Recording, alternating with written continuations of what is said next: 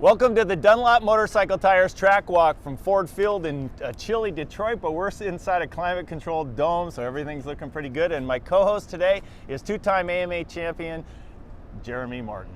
Yeah, glad to be on the show and ready to dissect this Detroit layout. It is, and you know what? First thing we look at right off the bat here, Jeremy, is the dirt. It's always been a little bit of a dirty dirt. I mean, it's got chunks of things. Now they freshly screened this. They used a 1-inch screen, talked to the Dirtworks crew, and this dirt looks as good as I've ever seen it here in Detroit, and possibly maybe the top dirt we've had so far this year. Yeah, absolutely. Coming from Indy last weekend where it was an absolute rut show. It was ruts everywhere, constantly grooming the track. I was watching a little footage this week from Detroit last year, and you could see it was really rocky. A lot of guys were kind of it looked like they thought they had traction and then something would happen. So the dirt looks amazing right now. It definitely doesn't look as rocky, and I think we're in for a good night. Well, you are a rare rider who has spent a time not only on the course on top of the track and on top of the podium, but actually behind a dozer and skid steers and all sorts of equipment with a family like yourself that owns the Spring Creek track in Millville, Minnesota. And tell us, I mean, you have a lot of experience building tracks. It's not that easy, is it? Yeah, it's not easy. I mean, these guys come in and, you know, obviously it's one thing to get the dirt in here and then to build everything and to measure everything out and have it be to spec. It's no joke. I feel these guys definitely have a tough job, and it's not an easy process. And they also said logistically, Ford Field is not the easiest with the tunnel and the parking and everything. It's very, very tight. The paddock area is very, very tight here. We're all wedged in as tightly as we can. But let's talk about this track. Right off the start, we take off, head down, and immediately about 200 feet off, we go into a big 180 first turn right here. And you got to watch press day, but you didn't get to ride. So tell us what you saw yesterday in press day. Yeah, so on press day, from what I saw, I mean, the dirt, like you said earlier, it looks amazing. It looked like they could really trust the tires a lot, and they could really lean it over in the turns. As we walk right now on the start straight, it's a little bit longer of a start. It's a 180. Last weekend was a 90. I don't know about you, Broc, but I sure do like 180s a lot more than 90s. Yeah, to me, the 90s there's havoc always in those corners, and especially last week's was really narrow. This is nice and wide, and it's actually going between about a 60-foot double jump, so you can see 60 feet from peak to peak here, so you can see how wide this corner is. I'm guessing it's probably at least 40 feet wide. When we get down here, we'll see it. Yeah, absolutely. Right now you can see that they kind of dug the start a little bit right now, and it looks like it's really nice. It's just got that nice little loamy look to it, and it makes you want to ride your dirt bike. Look at this right here. I know this looks like almost like farm field. Yeah. So again, the 1-inch screen. They were going to go a little bit smaller screen, and they were thinking of the little 3/4 or whatever it was, but they said the dirt was a little bit moist. And what happened at that point right there, you can't get the dirt to go through the screen, so they had to go to the 1-inch. But they did a fantastic job, and this is no joke, because it costs a lot of money to screen all that dirt. Yeah, absolutely. So hats off to the crew for taking that extra effort to clean this up. So Jeremy, let's talk about your career a little tiny bit here. A little moment where we got a chance. We're looking at the corner here. 2 championships, and then we had the injury in 2019. I almost look at your career as 2 segments, where you had all the dominating and the riding so well, and then you have an injury keeps you out for the entire 2019 season, right? Yep. So yeah, like you said, I came out. I definitely feel like I've had 2 careers. I came out of the gun hot as a pistol. Won a championship outdoors my second year, defended my 3rd year, and I'm like, whoa, dude, like I never honestly thought I'd ever win a championship, and then to be a 2-time champ and to defend it was crazy. But then, like you said, I had some injuries when I was on Geico Honda, and then even the last 2 years with Star Racing. So for me, it's this year, it's 2023, and it's kind of been a complete reset. Like let's build into it, you know, and let's get through the whole year. So coming back from that, do you feel like you've almost there? I mean, obviously you want to be on the very top step of the podium, but at this point right now, you're working your way up. You're sitting 5th in the point standings, tied with Hayden Deegan.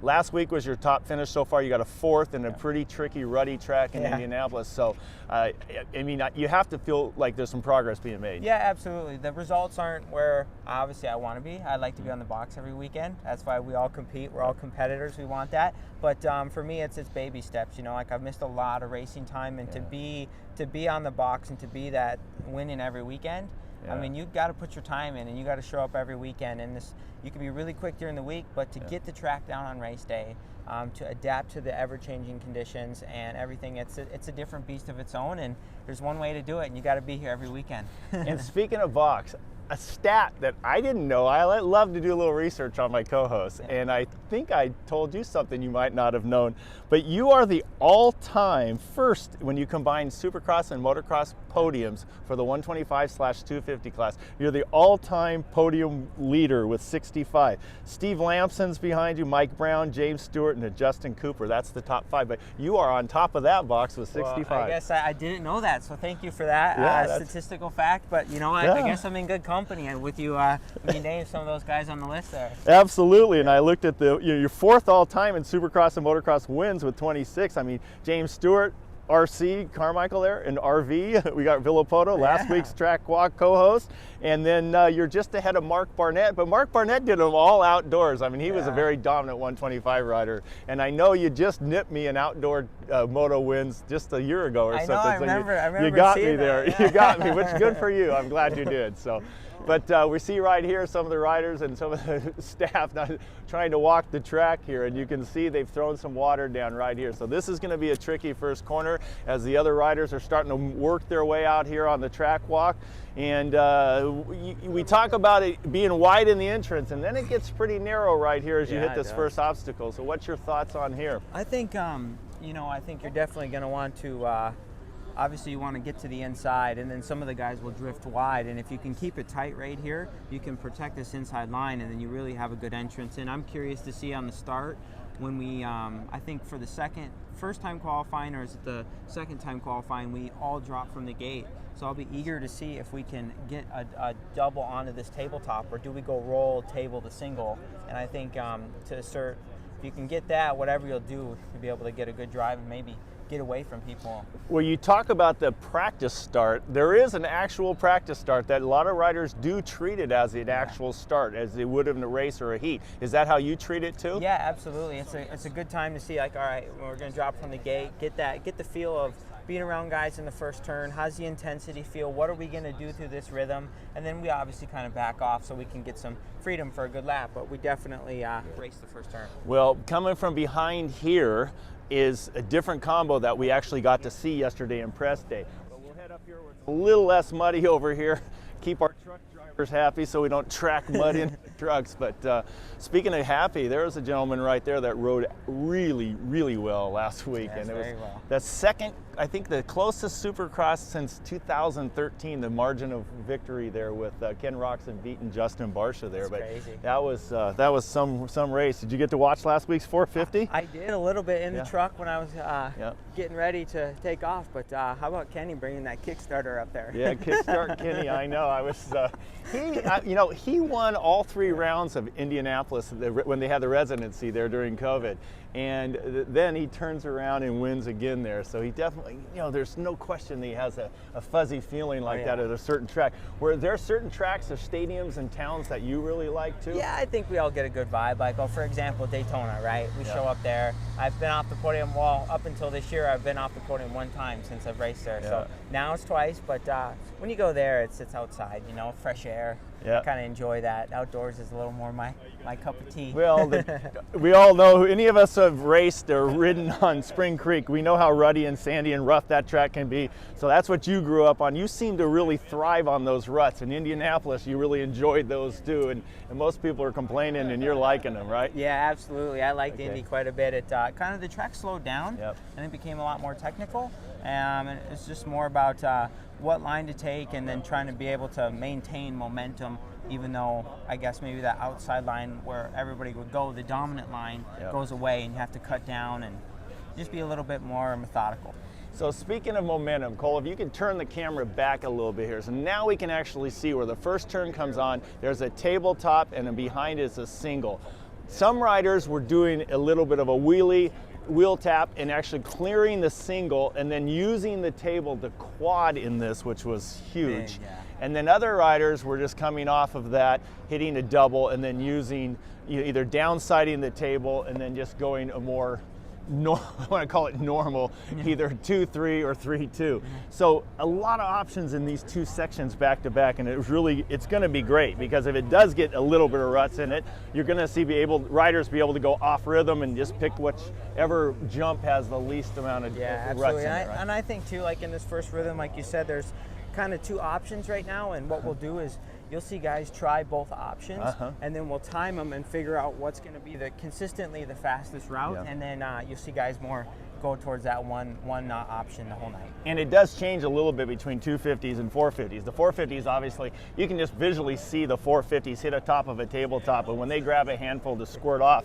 they seem to really propel forward. 250s not quite as quick, as much grunt off the horsepower. So the 450 guys, I've noticed a lot of them want to land on top of that table to squirt forward.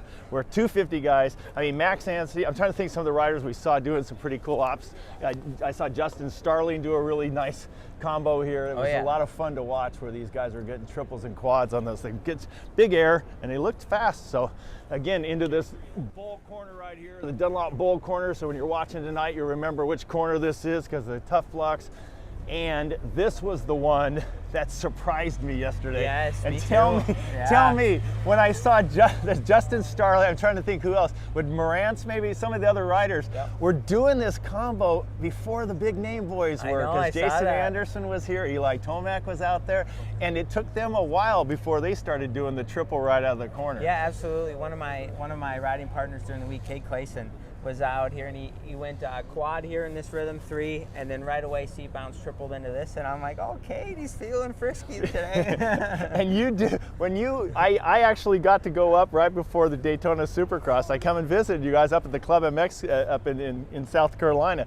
What a facility. But how cool is it? I mean, you're kind of the most accomplished of the riders there, but there's some hungry young guys that you're practicing with all the time. Yeah, absolutely. Like you said, I'm definitely probably one of the more accomplished, but they're hungry, and the motivation is there, and it's kind of a full send, you know? Yeah, it is. It sounds like those guys are trying to bust it. Yeah, so when you see you see the privateer guys do this first, and I actually asked some of the factory teams if they used any of their software, the Dartfish or any of that, to see which one was quicker, but it, to me, looked better when they hit the first one and they tripled. So you're tripling what we call the 5-footer here, I guess the taller one. Yeah. So you're downsiding this one and then doing another triple. So they really were doing a triple, triple, triple, double into the corner. Because if they didn't do it and they were doing double and then they would do triple, triple, they would end up off rhythm and hitting the final corner as a single. And it was really, to me, didn't look as quickly. Yeah, so we were able to get footage of Eli Tomac going 3 in, 3, 3, 2, and Benny Bloss going 2, 3, 3, 3, or 3 out into the turn. And it was a 10th faster for Eli going 3, which surprised me. Yeah. But Eli gets the double in, which therefore he could get the inside. Right. Where Benny has to go 3 to make up the difference. Okay. But he's stuck to the outside. So we'll see what happens today. And you wonder, honestly, if you would have laid it out where it was Eli doing it. To me, the best way would have Eli do it both ways, because you don't know if Eli's would have been a 10th faster either way, a different combos. So it is nice that you can do that. You can't hide anymore. I mean, this software, people are videoing press day, for goodness. They're not even worried about race day. Yeah, no, they start videoing press day so that they can analyze competitors and themselves too. Yeah, absolutely. And that helps for us too, because like last night I went to bed knowing the line and the options of what was faster, what's not. So I show up today, I'm on track walk with you, and I'm like, okay, well, this is what Eli was doing, and this is the time difference. So you have to be aggressive, and you have to get this done right away. Yep, absolutely know what you got to do. You don't have those unanswered questions as you try to lay your head on that pillow at night. And that, to me, is what you're talking about. You know, it's so important, because I always liked what was called double headers in the day. And speaking of double headers, Detroit, this town held 46 Supercrosses at the old the old Silver Dome up in Pontiac, and then another 10. So the Detroit metropolitan area has held the second most AMA Supercrosses in the history, only behind Anaheim. That's pretty impressive. And you think about that, 17 times they had double headers at the Silver Dome. And for me, when you're talking about sleeping, knowing what you need to do, it always was more comfortable having raced one day on the track. For the second day, most riders came out and rode better the second day than they did the first day because they had so much time on the track and didn't have those unanswered questions. So. Yeah, I can definitely believe that. When you get a little bit more time, like even press day, you get 2 10-minute sessions. Yep. Even if it's a rhythm lane or 2, you definitely show up today, like we are now, right. walking the track. Right. You're like, okay, I did this yesterday. And it just makes it, you're just a little more relaxed. Yeah. For sure. So here's the combo you were talking about at the end here, coming in here. You're either going to come off rhythm, you're going to end up singling this, and then going very, very tight right here on this Yamaha, the tapered tough block, they call them the tapers. Those right there, or you're going to land a double. But if you do the double right, and you can go from a little bit of the middle left side and land over here on the inside, then this seems to be about the best shot, right? Yeah, absolutely, because I think you're going to be cutting off track, right? Yep. And anytime you can cut off track, it's always faster. Yep. The inside lines are important. We obviously, guys like Cooper Webb, it takes a lot of extra to go outside to be able to carry the same lap time. So you're cutting in here, up onto the table right here. I'll be curious to see, Broc, if they, you know, from the inside, does anybody try to go over and roll this, or like what do you think it is? Does someone go on off? I'm curious to see. 450 guys I could see trying to go on off and then squirt to that outside. Yeah, maybe you're right, because following corner, it's a pretty tight little 90-degree corner, and you just perfectly groomed right here. They really tracked this down, and then we go into a Dragon's Back, and this doesn't give a whole lot of run up from this Dragon's Back from the corner here. No, absolutely not. So if you're going inside here, what my experience is that when you have a corner that leads up to a Dragon Back so tight from the corner, such close proximity, that it gets a pretty big rut in this first 1 or 2.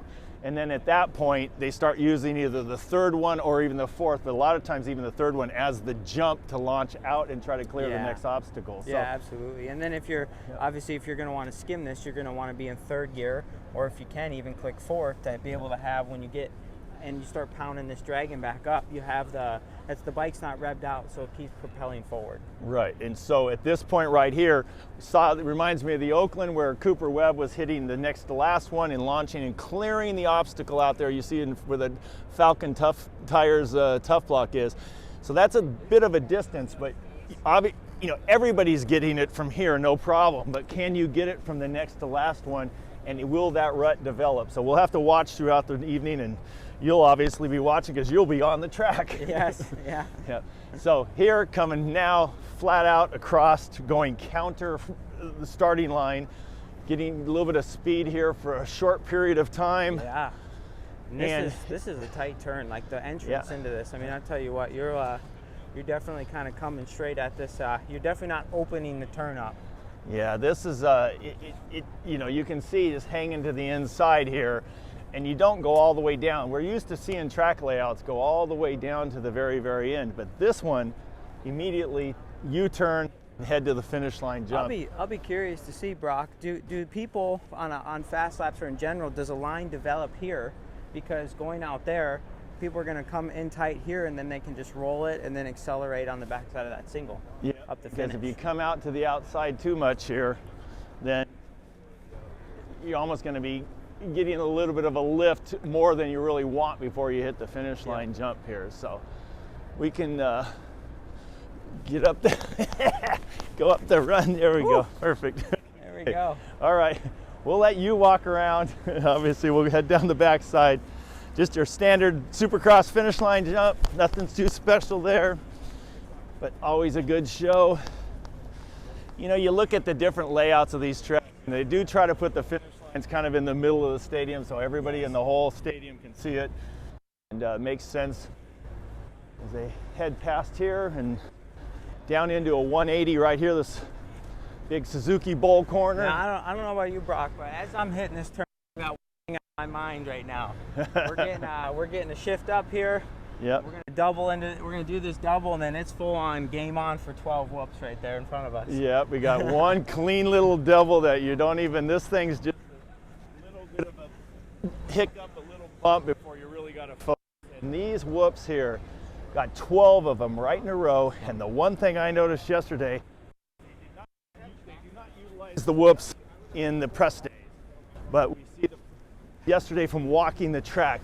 I was down here with Justin Brayton, and we were checking them out, and we both kind of said the same thing. Do these look a little wider than normal? They look like they're another couple of feet. I walked them across, and I know they're 20 plus feet across there. So they do seem wider. So that's, you know, more lines, more passing, more opportunities. Absolutely. You don't have to worry about getting caught in behind another rider. I mean, really, 3 riders could go through here side by side pretty easily. Yes, definitely, when they're smooth. When they're smooth. Smooth, right?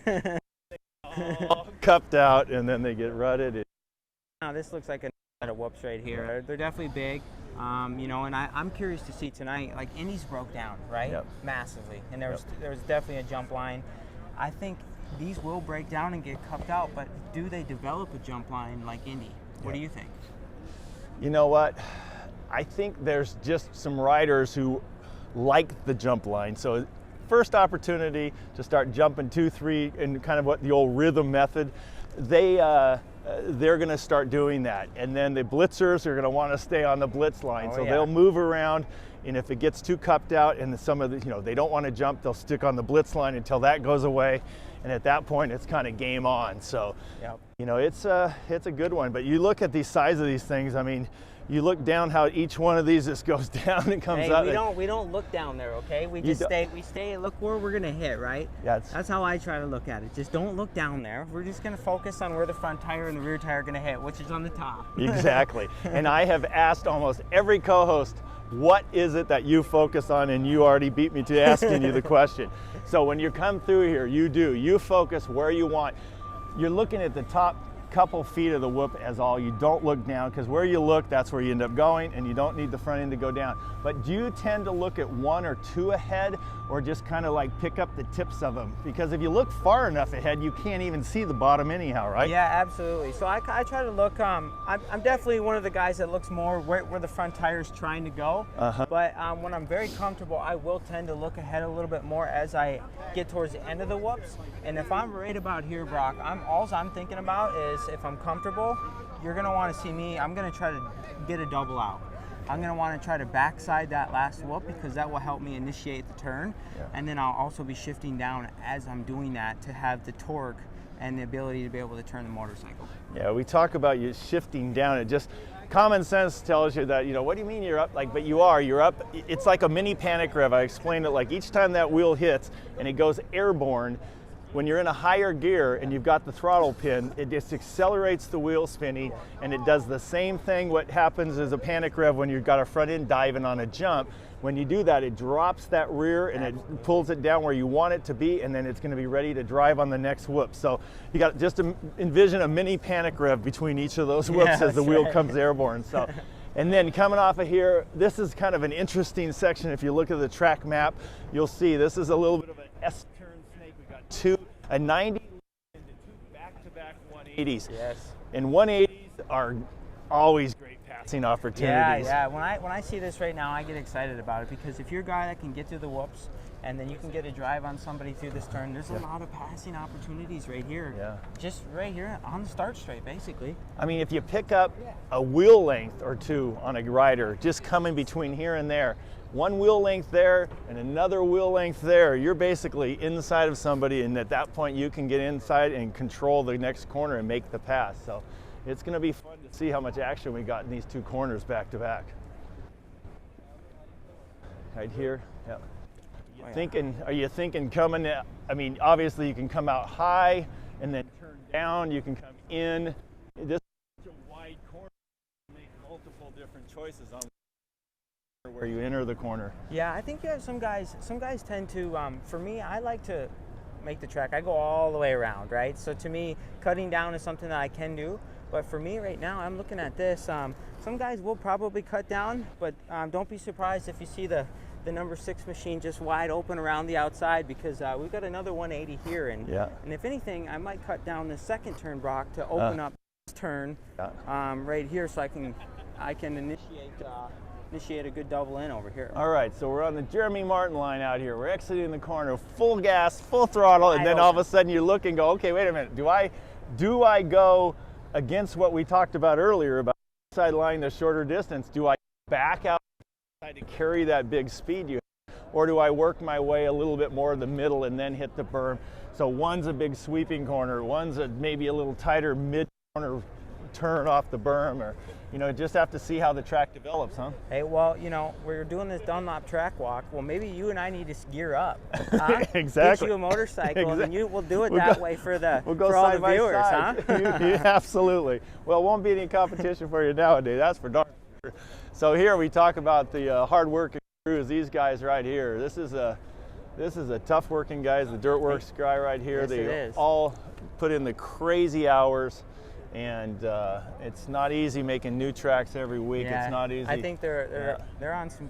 You're drinking some caffeine, huh? Yeah, they're running on Team Caffeine. There you go. All right, Dirtworks guys, they've been killing it here. This is not an easy task. And then they, every year they have to come up with something slightly different, and it's not an easy job for them. So cross here for the 3rd time. So back, forth, back, and then here we go into across the starting line into a 90. And then we run right here into this combo, and we got to see the guys. This is a pretty basic double, and then the next one's a big hit. It's a big hit. It looked farther than it was, and I measured it at 60 feet, and I thought, oh man, I was thinking that thing was 70 or 80, but not quite like we saw at Anaheim this year where they had the 100-footer. But that thing was massive. It was really massive. Yeah, I remember talking to Phil Nicoletti about that. He's like, Jerma, I was scared. And Phil almost, the triple header, oh my gosh, he almost won one of those mains. And we wish him the best. Such a bummer. I jacked up his wrist in Oakland in the first session, and we all love the number 69 and your teammate, huh? Yeah. Yep. So up here, top of the big double. Yeah. What do you think? First lap, or are you going to do? Well, wheels on the ground, flag's gone. You're doing if it's first wheels lap. on the ground, I'd appreciate that first lap, and then second lap, it's a full send, Broc. You got to get it done. There's they expect us to jump stuff pretty quick. So get off your to-do list. So we crossed over where we came into first corner. We're finishing up towards one more little bowl corner, and we'll talk about this next section because we got to see a pretty interesting couple of different techniques on this next section. It was kind of fun to watch. And it leads up to a rhythm lane that had multiple options. So these two lanes on this side of the stadium, a lot of different options for the riders to try. So coming out of this corner, you got a low and a high. Obviously I'm on the high side, low side. Some riders were just clipping here, really in this, setting it down here and then clearing the first knob and using the table after to go quad. Quad. Well, do we consider that a quad? Some people get a little weird about that, Brayton and I had that conversation yesterday because if the front side of a tabletop and the back side, that's 1 and 2. Yeah. So if you take off on the front side and you clear the back side, obviously, and 2 more, that's a quad. Well, in my mind, it's a quad. Yeah. For sure. And when I see it, it's like, well, okay, it's one of those debatables, but you are right. But that's now considered a quad in the current vernacular of Supercross. So here outside, many people were just doing a double and then at that point hitting the single and then launching out over the back side of the table.